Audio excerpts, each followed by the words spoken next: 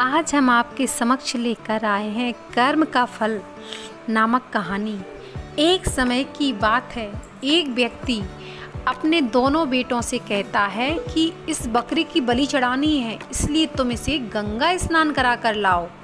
तो उसके दोनों बेटे बकरे को ले जाकर गंगा स्नान कराते हैं। तो वह बकरा एक पल में तो जोर जोर से हंसता है और दूसरे ही पल वह जोर जोर से रोने लगता है।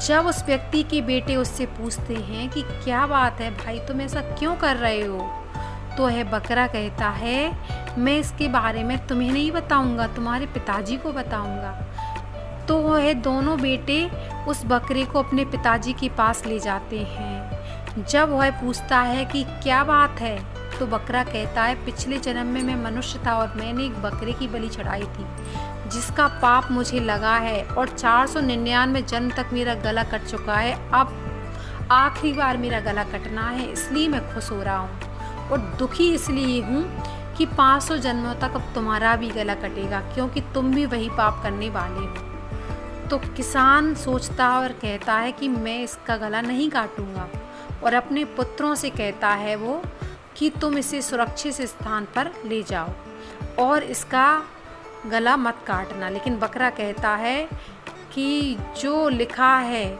उसे कोई नहीं मिटा सकता, अगर मेरा गला कटना है तो कटकर ही रहेगा, चाहे तुम कितना भी प्रयास कर लो।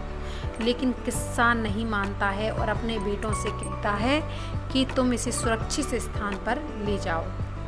तो उनके बेटे उस बकरे को सुरक्षित स्थान पर ले जाने लगते हैं। लेकिन थोड़े ही आगे चलते ही उसको लगता है कि मैं हरी पत्तियां खा लूं।